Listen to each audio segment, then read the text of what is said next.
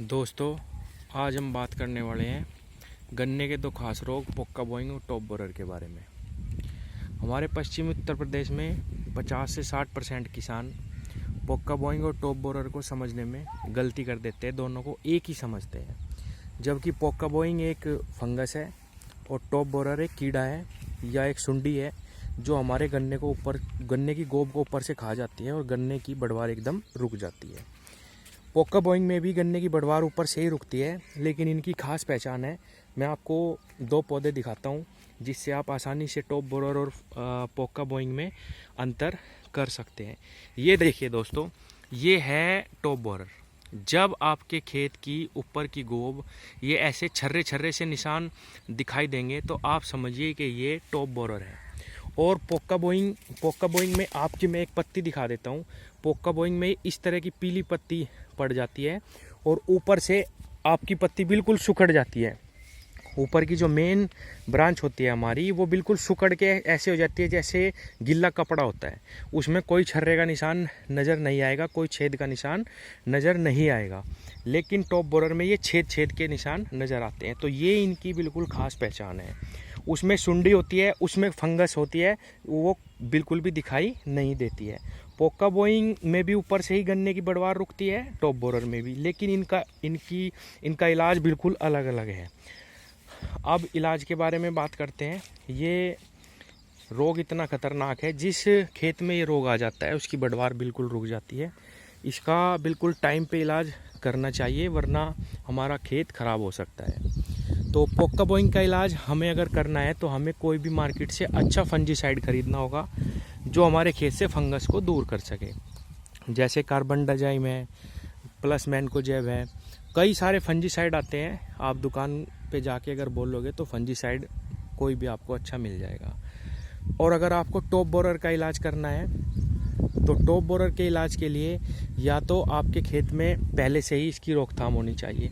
जैसे आपने क्रोजन लगा रखी है या आपने क्रोजन के अलावा फटेरा या वर्टागो लगा रखी है, तो आपके खेत में टॉप बोरर आने के चांस बहुत कम होते हैं। लेकिन अगर इन दवाइयों के प्रयोग के बाद भी आपके खेत में टॉप बोरर आ चुका है तो उसके लिए आपको या तो स्प्रे करानी होगी, या आपको मैं एक प्रोडक्ट दिखा देता हूँ जिसके प्रयोग से आप खेत में टॉप बोरर आने के बाद भी उसका आसानी से निस्तारण कर सकते। ये है दोस्तों फ्यूराडान। पश्चिमी उत्तर प्रदेश में कार्बोफ्यूरान 3% CG, इसको लोग फ्यूराडान के नाम से ही बुलाते हैं। पहले FMC कंपनी की आती थी, लेकिन अब वो नहीं मिल रही है मार्केट में, पता नहीं किस वजह से। ये नागार्जुन कंपनी की फ्यूरी नाम से आती है। इसमें वही साल्ट है कार्बोफ्यूरान, जिसको फेराडोन बोलते हैं। इसका बहुत अच्छा रिजल्ट है दोस्तों। अगर आपके खेत में टॉप बोरर आ चुका है और आप उसको तुरंत एकदम हटाना चाहते हैं, 10 दिन में ये आपको बहुत बेहतरीन रिजल्ट देंगे।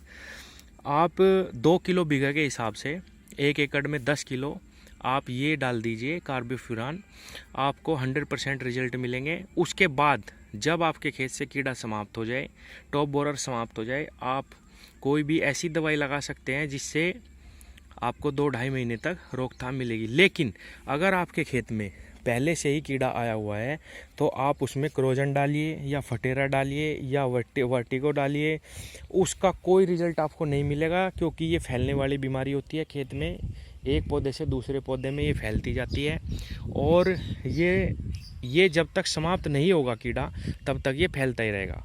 और क्रोजन वगैरह इन दवाई इस कीड़े को मारने में सक्षम नहीं है।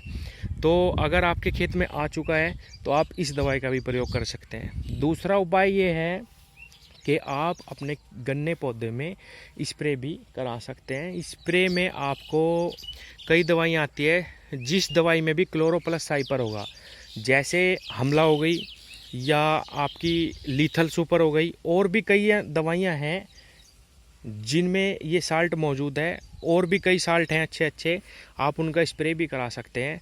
कहने का मतलब ये है कि पहले आपको अपने गन्ने पौधे से टॉप बोरर की जो सुंडी होती है उसको मारना होगा, समाप्त करना होगा। उसके बाद आप इसमें कोई भी अच्छी दवाई लगा दें, जैसे क्रोजन 15-20 दिन बाद, या वर्टिगो, या फिर फटेरा, और भी कई दवाइयाँ हैं जो आपको 2-2.5 महीने तक का अच्छा रिजल्ट इससे देंगी। लेकिन अगर आपके खेत में आ चुका है तो आपको या तो स्प्रे करानी होगी, या फिर ये कार्बोफ्यूरान फेराडोन आपको डालनी होगी। फेराडोन का रिजल्ट बहुत अच्छा है, लेकिन इसके प्रयोग के लिए आपको कुछ सावधानियों की आवश्यकता भी पड़ेगी दोस्तों। ये बहुत ही अच्छी जानकारी है, आप इसको ध्यान से सुने, क्योंकि इस दवाई का प्रयोग करते समय आपके खेत में बिल्कुल भी नमी नहीं होनी चाहिए। यूरिया के साथ हो सके तो इसका प्रयोग ना करें, क्योंकि ये नमी के साथ मिलते ही क्रिया करनी स्टार्ट कर देती है दवाई, और इसमें से गैस का रिसाव होना स्टार्ट हो जाता है। ये बहुत ही जहरीली दवाई है दोस्तों, ये तुरंत शरीर में चढ़ना स्टार्ट कर देती है। इसका इस्तेमाल करते समय एक तो आपके हाथों में ग्लव्स होने चाहिए, प्रॉपर जूते होने चाहिए पैरों में, ताकि शरीर के संपर्क में ये दवाई ना आ सके। मौसम थोड़ा ठंडा होना चाहिए, पसीना भी नहीं आना चाहिए शरीर को ज़्यादा, ताकि कभी ये पसीने के साथ भी मिलके आदमी के शरीर में चढ़ सकती है। तो इसका प्रयोग करते समय बहुत ही सावधानी की आवश्यकता है। बहुत ही जल्दी इस दवाई को अपने खेत में बिखराव कर दें और खेत से बाहर निकल जाएं और पानी लगा दें। तो इसका इस्तेमाल करते समय थोड़ा सा सावधानी की आवश्यकता है। और ये वैसे इस दवाई का रिजल्ट बहुत अच्छा है, 1 हफ्ते में ही आपके खेत से ये टॉप बोरर की समस्या को बिल्कुल समाप्त कर देगी। 1 से 1.5 महीने का इसका भी अच्छा रिजल्ट आता है, आपके खेत में कोई किसी प्रकार का भी कीड़ा नहीं लगेगा। दूसरा इसका फ़ायदा ये है कि आपके खेत में अगर दीमक है या ज़मीनी कीड़ा है कोई जो आपकी फसल को नुकसान पहुंचा रहा है, उसको भी ये बिल्कुल समाप्त कर देती है। दवाई कोई महंगी नहीं है, ये 1 एकड़ की दवाई 2 किलो बीघा की पड़ती है, 10 किलो पड़ेगी, तो ये मान के चलिए कि 1000 रुपये में आपको ये मिल जाएगी, और आपके खेत से हर प्रकार के कीड़े को ये समाप्त कर देगी। लेकिन इसका इस्तेमाल करते समय मैं फिर कह रहा हूँ दोस्तों, इसका इस्तेमाल करते समय बहुत ही सावधानी की आवश्यकता है। ये दवाई आपके शरीर को बिल्कुल भी छूनी नहीं चाहिए। बिना ग्लव्स, बिना जूतों, बिना प्रॉपर मास्क के इसको बिल्कुल खेत में नहीं डालना है। खेत में डालते समय जल्दी जल्दी इसको डाल के और बाहर निकल जाना है, और दवाई में पानी लगा देना है। और इन सब बातों का अगर आप ध्यान रखेंगे तो आप टॉप बोरर और पोका बोइंग से अपने खेत को बचा पाएंगे। धन्यवाद दोस्तों।